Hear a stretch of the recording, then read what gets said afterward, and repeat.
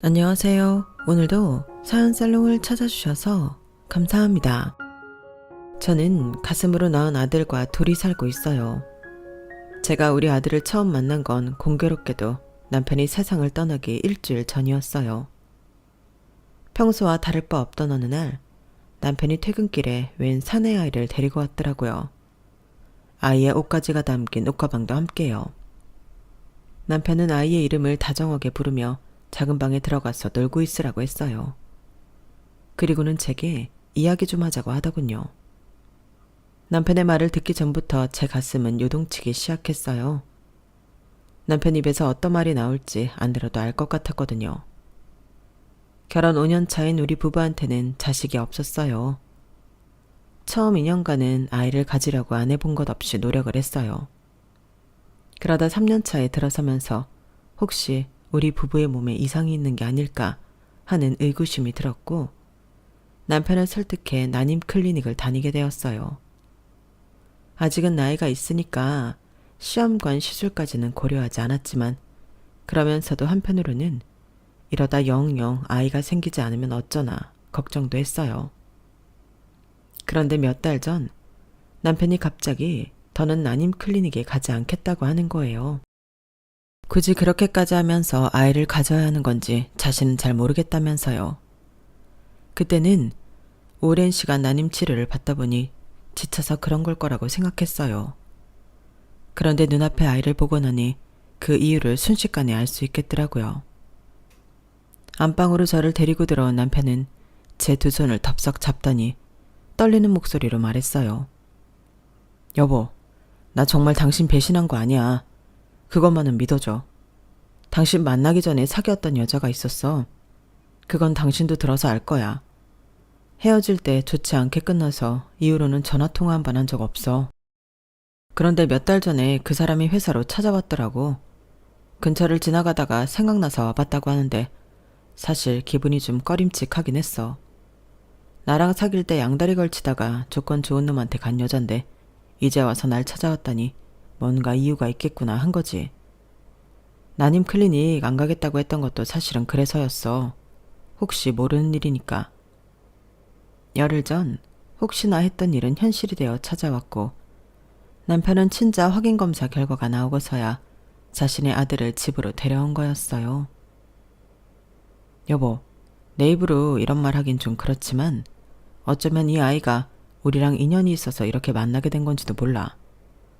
당신도 그동안 난임 클리닉 다니느라 몸도 마음도 많이 힘들었잖아. 이제 우리 그것도 놔버리고 이 아이, 아니 우리 아이로 잘 키워보자. 내가 부탁할게.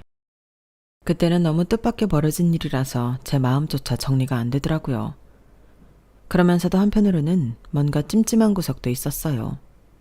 남편 말대로라면 아이 엄마는 자신의 이익을 최우선으로 하는 사람 같은데 아이가 7살이나 되도록 헤어진 남자의 아이를 혼자 키우며 살았다는 건 말이 안 되는 것 같았거든요. 아, 실은 그 사람이 나랑 헤어지고 양다리 걸치던 남자랑 결혼을 했었나 봐. 서준이를 그 남자 아이인 걸로 속여서 키우다가 병원에서 혈액형 검사를 받다가 걸린 모양이야. 이혼하고 혼자 애를 키우려니까 버거워서 날 찾아온 거더라고. 남편 말을 듣고 보니 제가 의심했던 부분이 조금은 가시는 것 같았어요. 하지만 그렇다고 해서 순순히 아이를 받아들일 만큼 마음이 풀린 건 아니었어요. 어디까지나 제게 있어 아이는 남편이 밖에서 낳아온 아이임에는 틀림없었으니까요. 그래도 이미 엎어진 물. 제가 아이를 받아들이지 않겠다고 한들 크게 달라질 건 없을 것 같더라고요. 남편이 아이를 집으로 데려왔을 때는 아이를 키우겠다는 마음이 선 걸 테고 시어머니도 어떻게든 나를 설득해 아이를 키우게 할 게 뻔했으니까요. 이제 와서 내가 이혼을 한다면 제가 있던 자리는 아이의 생모가 채우게 되겠죠.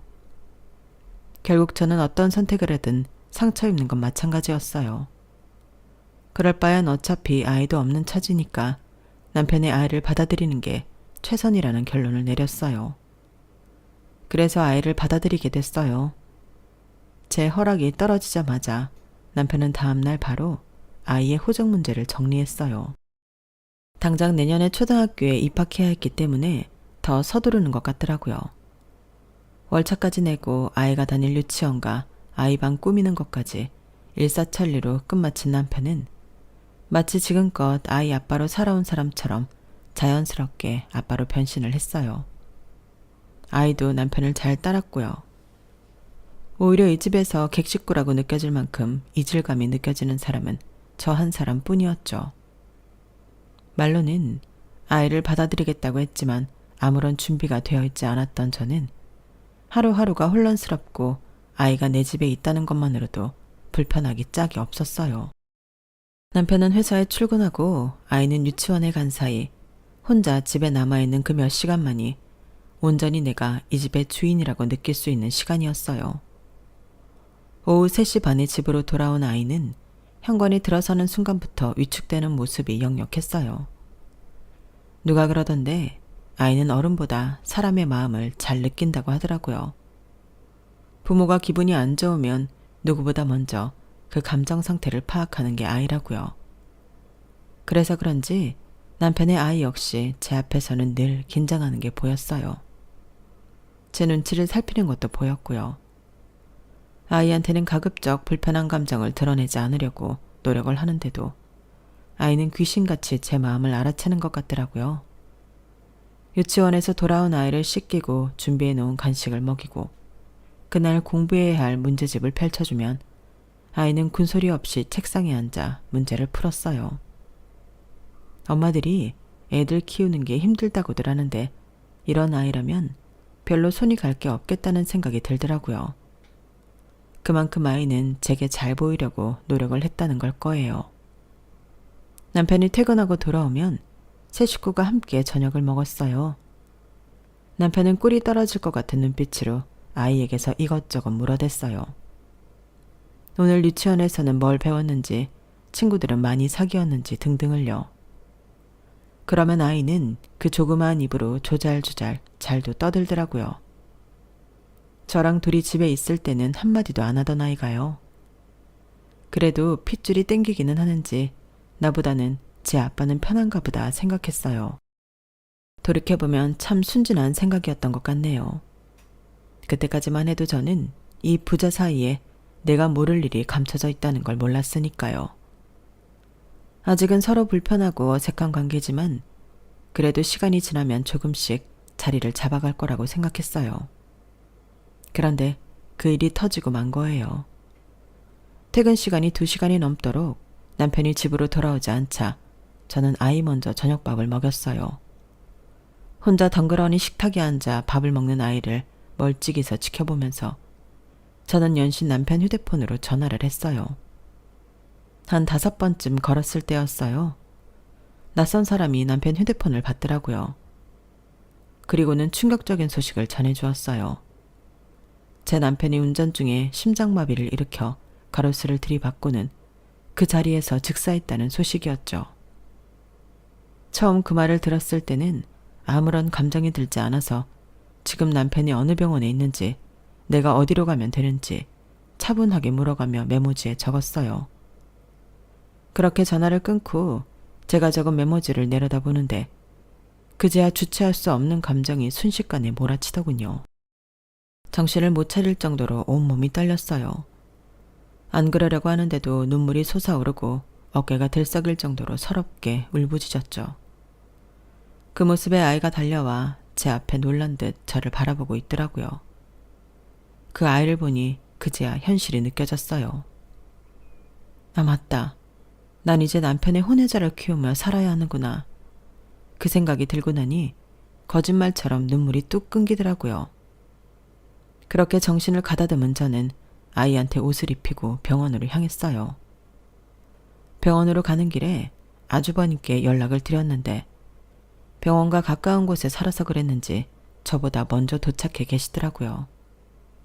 이후로는 모든 절차가 혼을 쏙 빼놓을 정도로 빠르게 진행됐어요. 아주버님이 모든 걸 처리해 주셔서 저는 상복을 입는 것 외엔 아무것도 할 일이 없었어요. 첫날은 무슨 정신으로 장례를 치렀는지 모를 정도로 빠르게 지나갔고 둘째 날은 냉혹한 현실에 정신이 바짝 들어서 그 언제보다도 말짱한 정신으로 장례식장을 지킬 수 있었어요. 우연히 작은 집 형제들이 나누던 얘기를 듣게 되었는데 그제야 내가 남편한테 속았다는 걸 알게 됐거든요. 야, 정훈이 형 그렇게 안 봤는데 진짜 개새끼다. 아니 어떻게 3년 넘게 두 집 살림까지 해놓고 밖에서 낳은 애를 집에 데리고 들어오냐? 그래놓고 이렇게 가버리면 어쩌냐고. 형수는 무슨 죄야? 누가 아니래냐? 같은 남자지만 진짜 너무했어. 그럼 정훈이 형도 죽었으니까 애 엄마가 다시 애 데려가야 되는 거 아니야? 막말로 형수가 저 애를 키워야 할 이유는 없잖아. 야, 말도 마라. 들어보니까 정훈이 형도 형이지만 애 엄마라는 년은 더한 년이더라.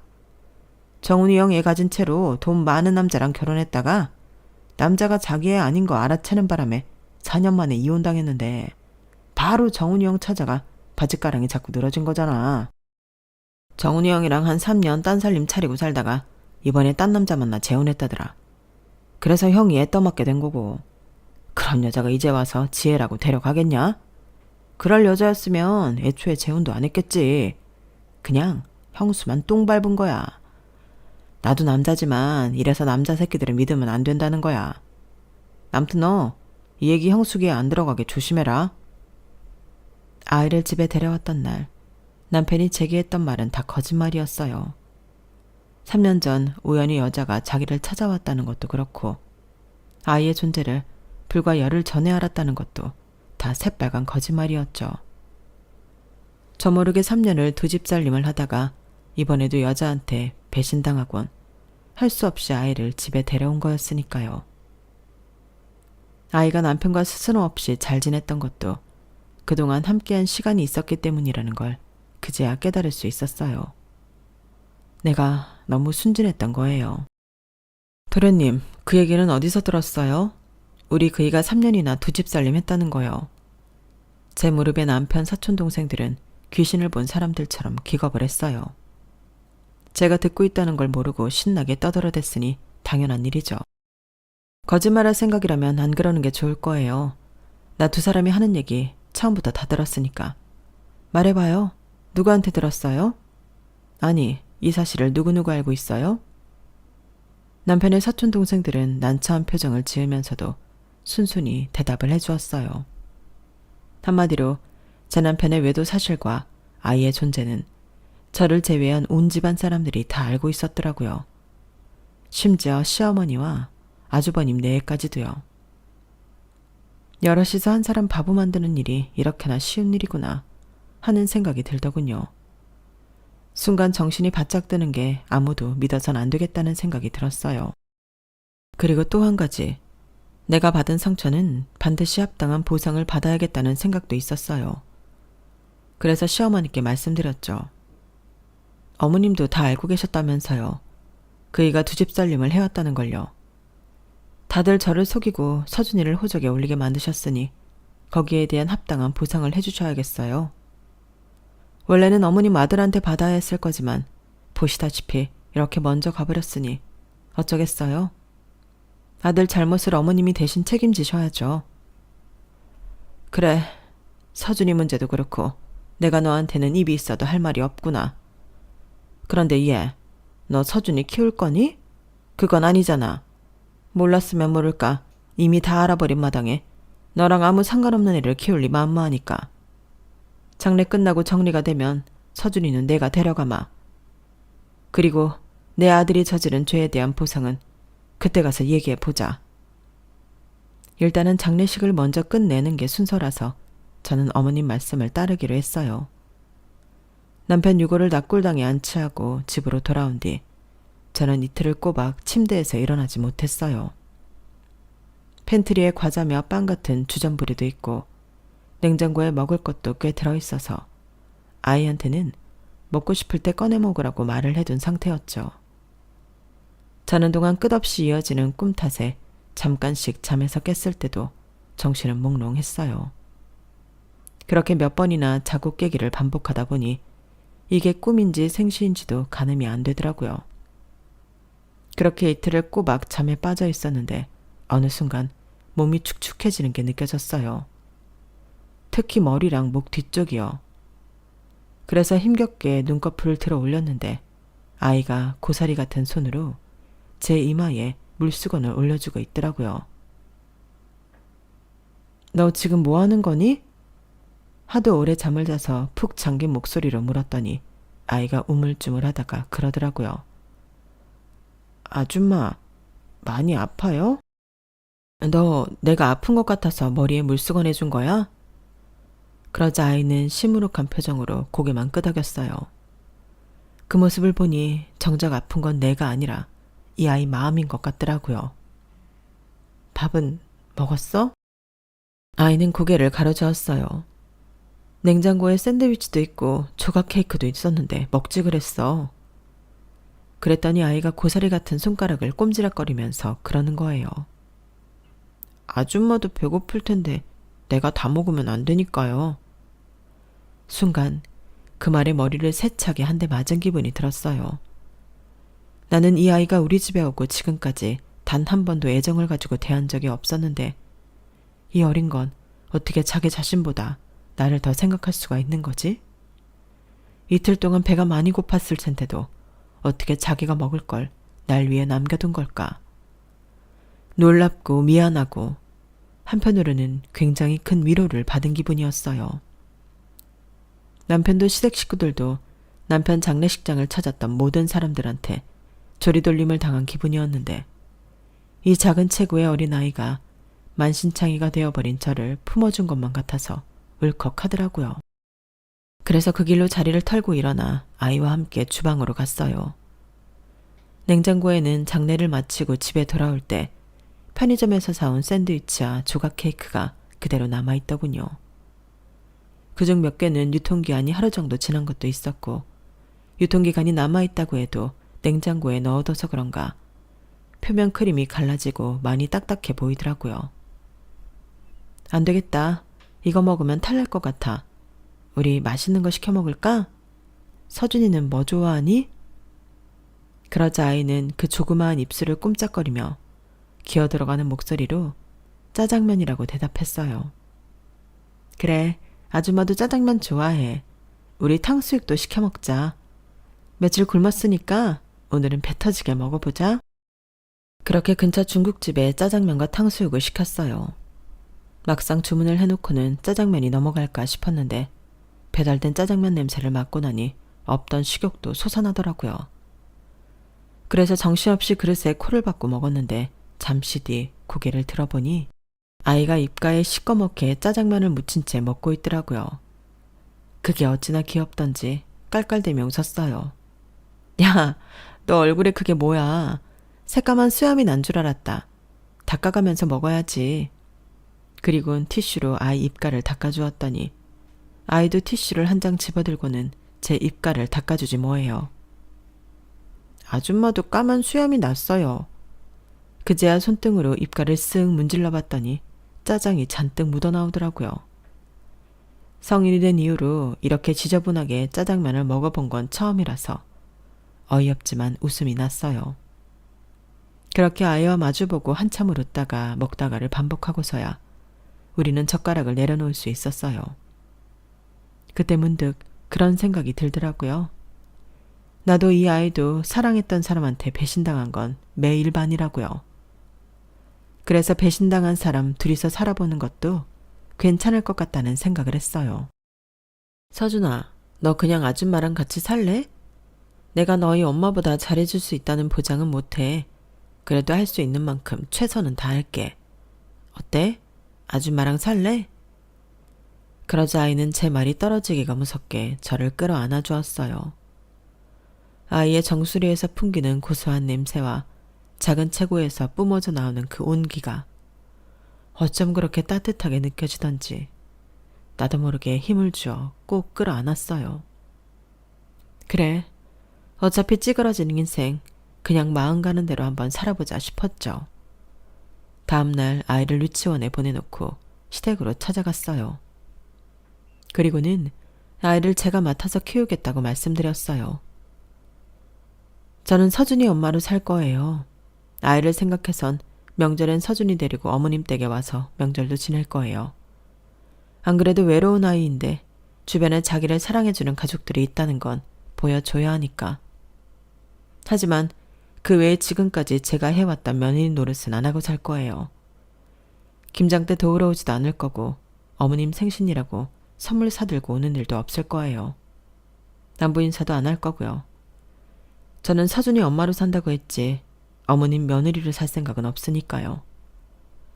그리고 신사동 건물 저 주세요. 대신 어머님 돌아가실 때 다른 유산에 눈독 안 들일게요. 어머님이 가지고 계신 재산 중 가장 비싼 게 신사동 건물이었어요. 그래서 그런지 어머님도 입을 떡 벌린 채 쉽게 대답을 못 하시더라고요. 당연하죠.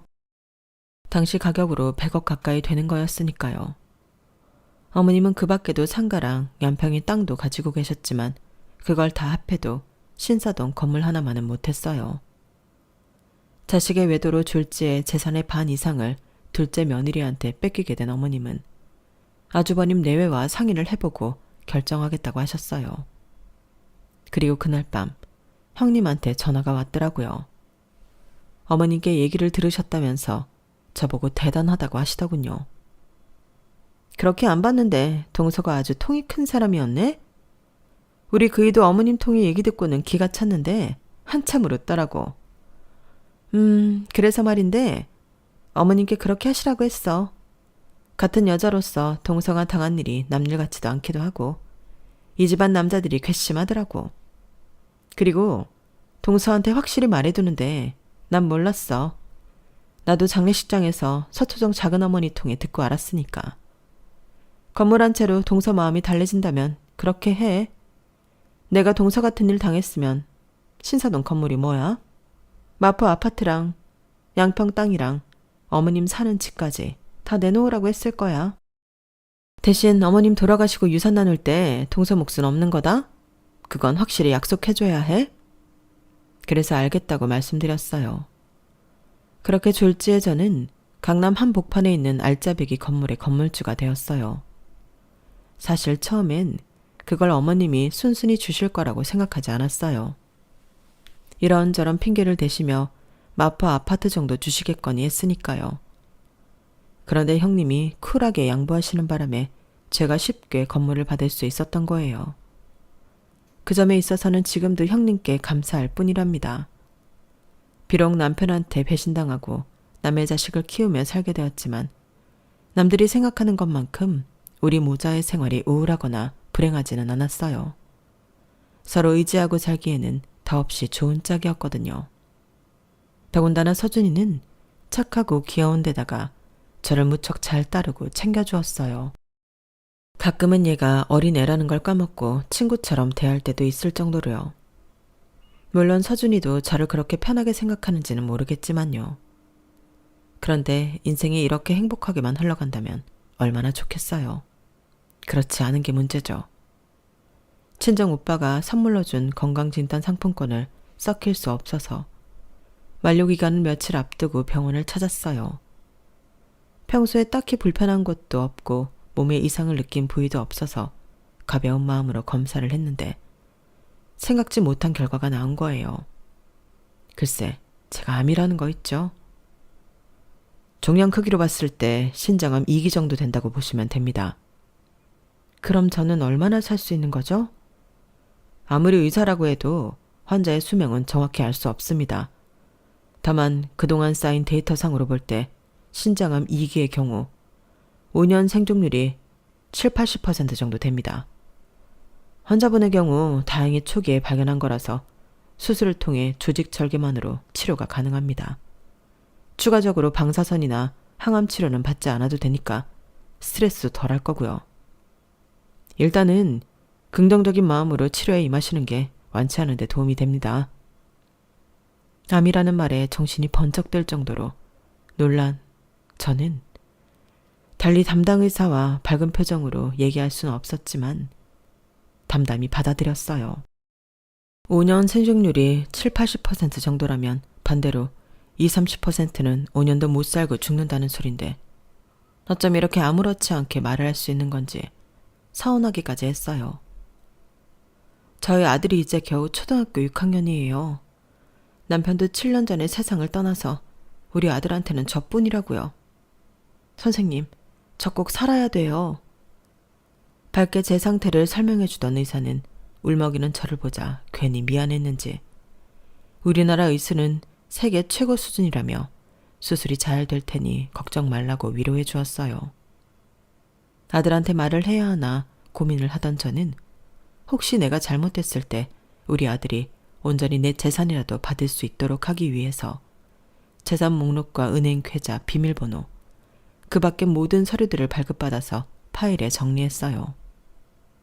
그리고는 아들한테 내 몸의 현재 상황을 설명하고 혹시 잘못됐을 때 어떻게 살아가야 하는지를 차근차근 설명해 주었어요. 아들은 침착하게 제 말을 들어가며 파일에 들어있는 서류들을 하나씩 훑어보았어요. 그리고는 책상 서랍에 넣더라고요.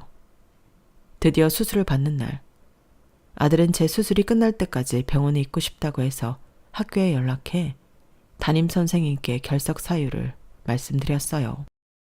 그리고는 수술실 복도에서 아들과 마지막 인사를 했어요.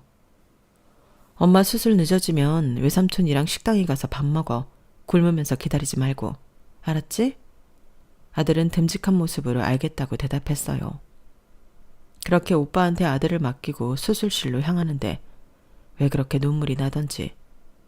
신장암 이기면 어지간해서는 다 산다고 말들을 하지만 혹시라도 잘못되면 우리 아들이 혼자 남아야 한다는 사실 때문에 20~30%의 안 좋은 결말이 내 차지가 되지 않을까 걱정이 됐어요.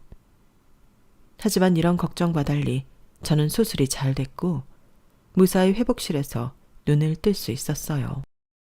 손등이 미지근한 물로 축축하게 젖은 기분이 들어서 시선을 내려다 봤더니 아들이 제 손에 얼굴을 묻은 채 앉아있더라고요. 서준아. 제가 아들 이름을 부르자 그제 아들은 고개를 들고 눈가를 훔쳤어요. 그리고는 울먹이며 엄마라고 부르며 저를 끌어안더군요. 수술 들어갈 때까지만 해도 의젓하게 있던 아들 녀석이 실은 속으로 많이 무서웠던가 봐요. 아무리 어른스러운 아이여도 아이는 아이구나 싶더군요. 애기같이 울긴 왜 울어? 엄마가 못 깨어날까봐? 무서웠어? 걱정하지 마. 엄마는 우리 서준이 혼자 두고 절대 안 죽어. 이거 봐. 멀쩡하게 깨어났잖아. 그러니까 울지 마. 우리 아들 예쁜 얼굴이 망가지잖아. 아이 얼굴에 잔뜩 묻은 눈물을 닦아주며 저도 모르게 울컥했어요. 이제는 서로의 존재만이 세상에서 가장 소중한 것이 되어버린 우리 모자는 서로의 얼굴에 묻은 눈물을 닦아주었답니다. 병원에서 태어난 이후로는 어떻게든 암을 완치하기 위해서 식습관도 바꾸고 꾸준히 운동도 하기 시작했어요. 내 목숨을 위해서가 아니라 나와 아들의 행복을 위해서였죠. 이후 중학교에 입학한 아들은 저보다도 더 제 건강을 챙기기에 급급했고 매일 운동도 함께 해줄 정도로 제게는 헌신적이었어요. 그렇게 아들과 함께 2인 1각 달리기를 하듯 암과 싸워가던 저는 아들이 고2가 됐을 때 완치 판정을 받을 수 있었어요.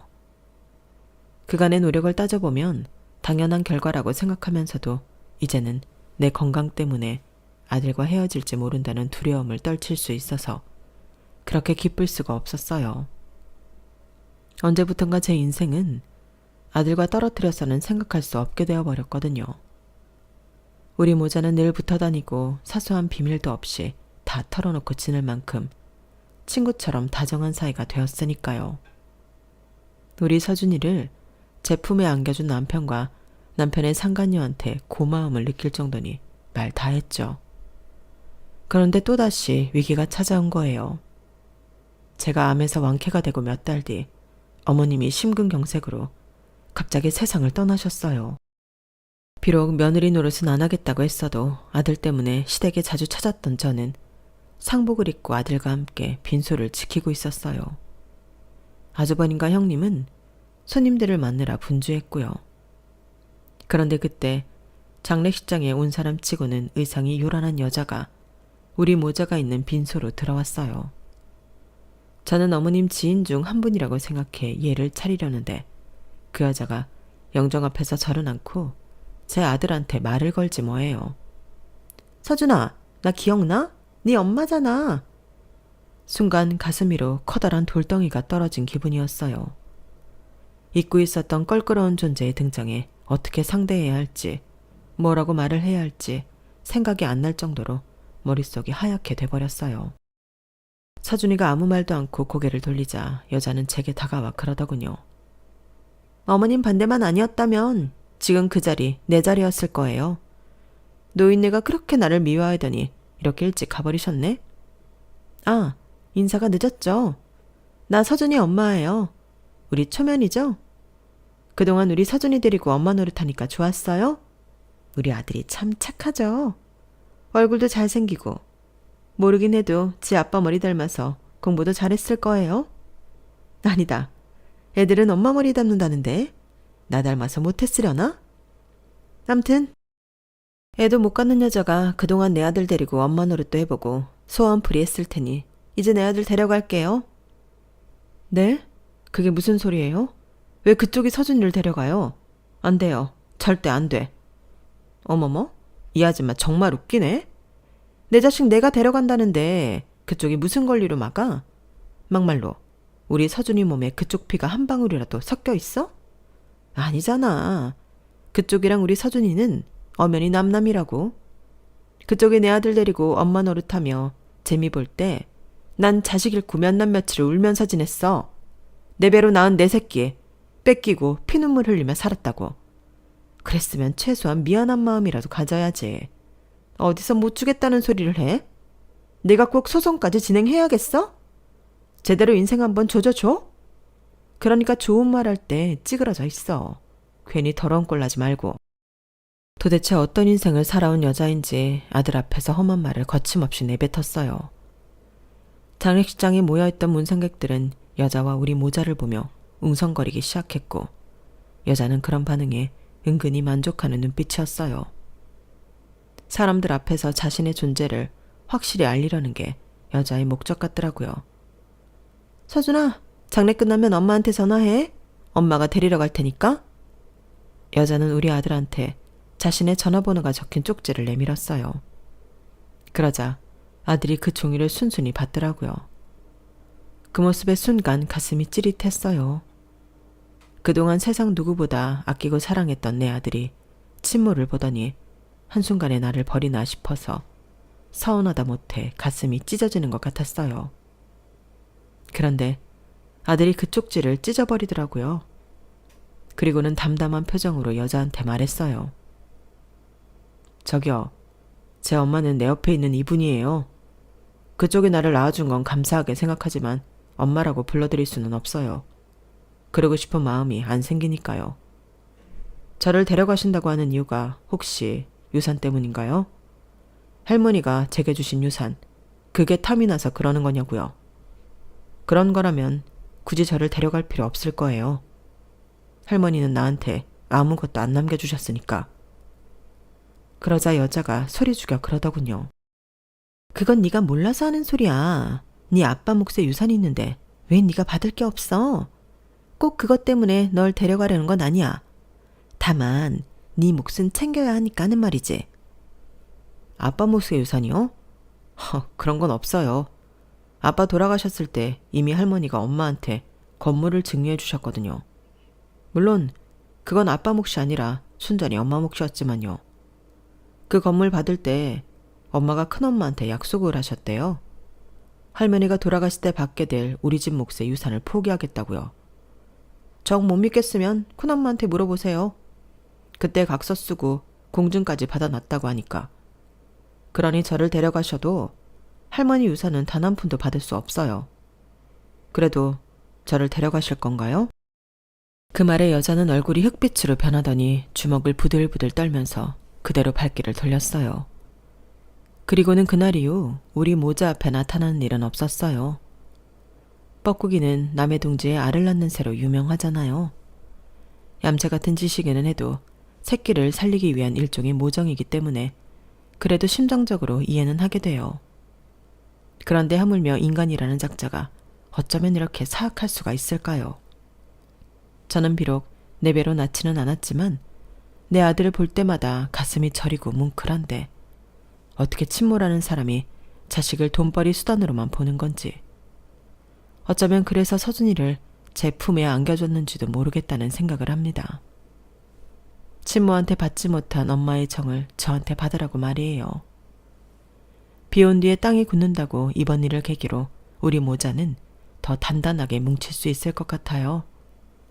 지금까지 그랬던 것처럼 아픔을 가진 우리 두 사람은 앞으로도 서로 의지하고 살아갈 생각입니다. 지금까지 제 사연을 들어주셔서 감사합니다. 들어주신 모든 분들의 매일매일이 행복하시고 건강한 삶 되시길 바랍니다. 여러분, 사연 댓글에 응원과 현명한 조언 부탁드려요.